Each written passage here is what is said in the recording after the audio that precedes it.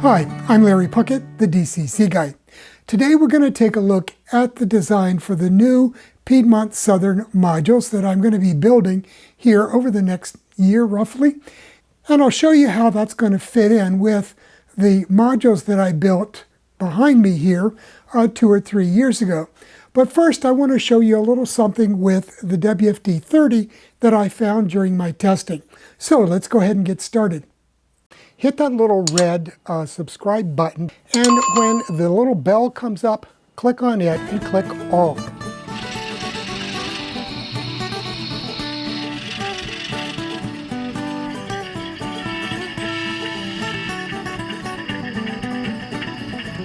Okay, so first, as I said, I found something with the WFD30 that I wanted to pass on to you.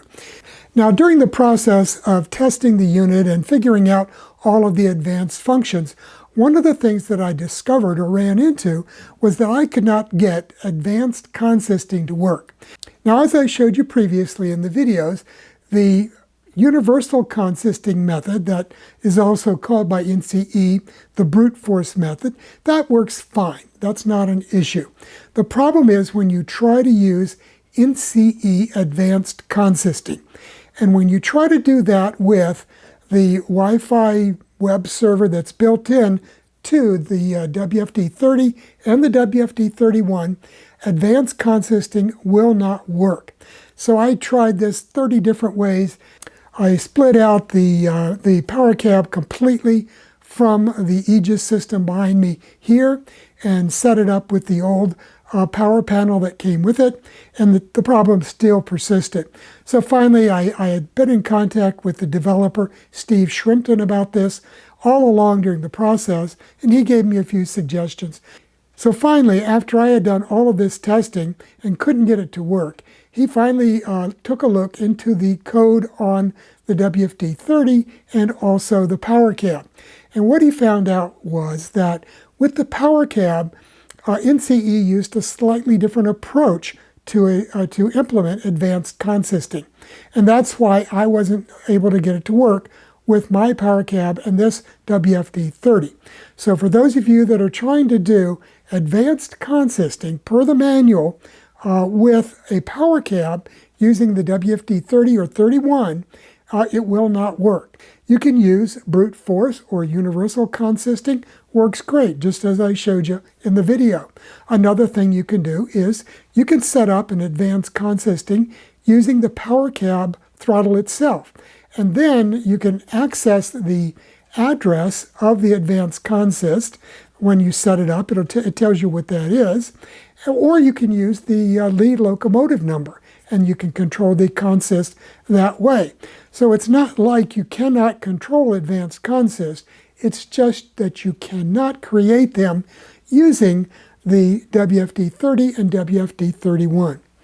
Now, I don't know if this is something that Wi-Fi Tracks is going to be able to adjust for in a future release of the firmware of these.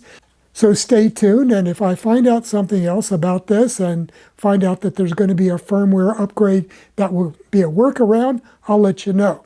So in the meantime, enjoy the wireless throttles and use brute force consisting, or create your consists with your power cab and then access them using your wireless throttles.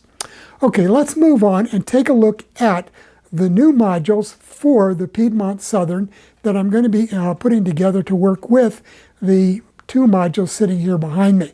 So for that, I'm going to move over to my computer, and we're going to take a look at the design that I put together using CAD Rail, and we'll go from there.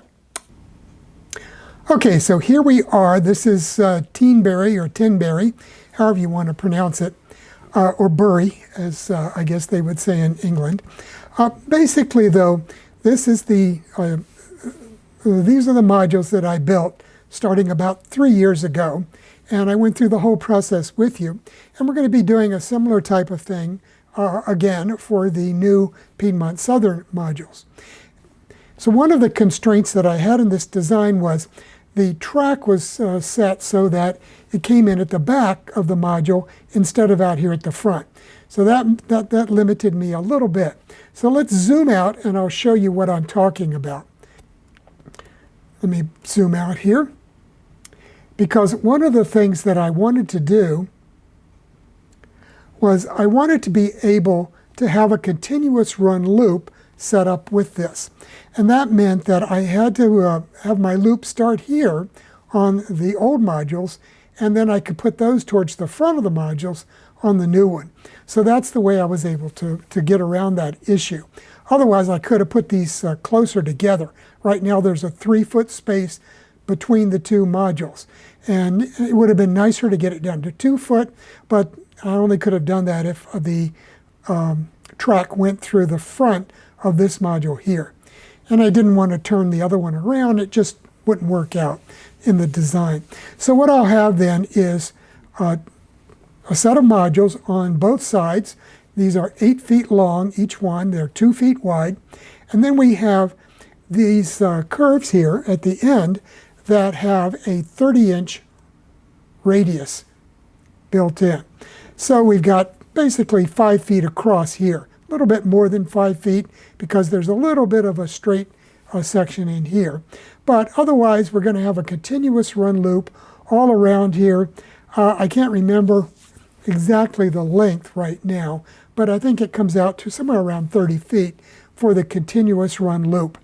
So at this point, I'll be able to run trains continuously around and around, or I can bring a train in, do local switching here, and then run it out and put it on a siding on this side, and then bring another one in for more operations. And we'll go into the operations at a later date.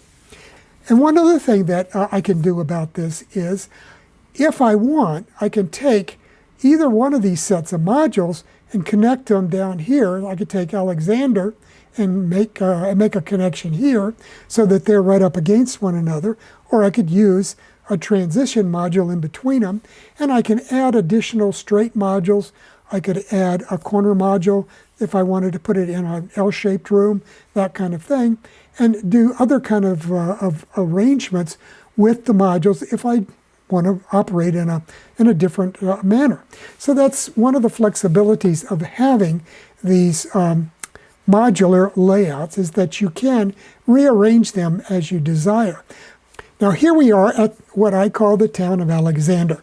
And I named it Alexander because that is the name of one of the communities about halfway between Charlottesville, Virginia and Lynchburg, Virginia. And I didn't use Alexander on the old Piedmont Southern because the town of Shipman that I did use was a combination of Alexander and Shipman. So I decided this time I would use Alexander. So let's take a look at the design.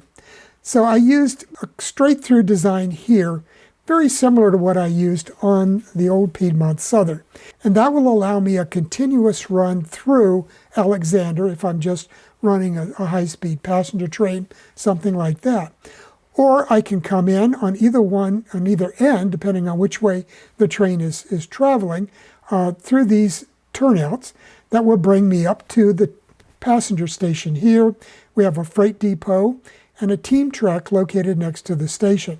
So we'll be able to bring in a passenger train here, stop it, cut loose any head-in cars that we want to drop off or pick up, and do that kind of work, and then proceed on out through the other direction. Now, the more interesting thing with this is for local operations. And what I did was, I set this up with a Walther's double crossover, and I showed you that about a year ago, I think it was. I did a review of that. And I had this, another one on the old Piedmont Southern, and I decided to use another one of these. So what I have then is a way to bring in a freight train in here, stop it on this siding, and then I can run around it. Or if I have a local switcher stationed here, say at the station maybe, I could bring it out and it could do a lot of the local work in coordination with the mainline locomotive. But what I can do is then I can come in here, pull a cut of cars out and push them down into the meatpacking plant. I can push them down to the pulp yard. I could set them out for the freight depot and also for the team track. So there's 3 industries or spots right in on this piece of track in this section that I can work on. And then I have the meatpacking plant down here.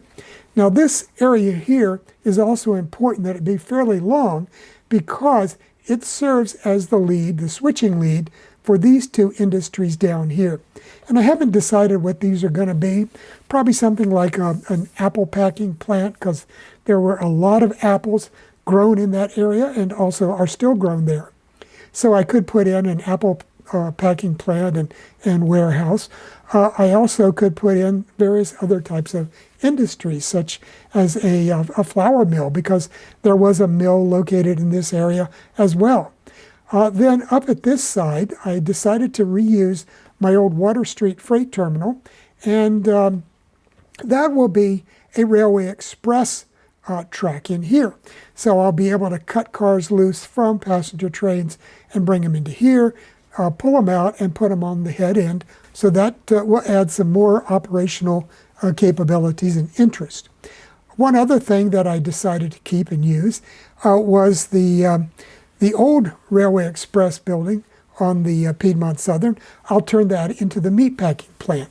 And I have a number of meat reefers that I can use for this process. So that should give me, that's a total then of 1, 2, 3, 4, 5, 6, 7 different industries on this one section of the layout. And, you know, for interest, I could put another one right here and have another spot on this lead, which would make it a little bit more interesting when you're doing your local switching here. So that's basically the idea here, is to be able to provide an interesting area where someone can come in, do a local switching operation here. And in England, y'all would call it shunting. And the local locomotive could be stashed here, a little switcher or shunter locomotive. So that gives me both the passenger operations as well as the freight operations provided for here on this this new set of modules. And one other thing that's great about this, because let's zoom out just a little bit.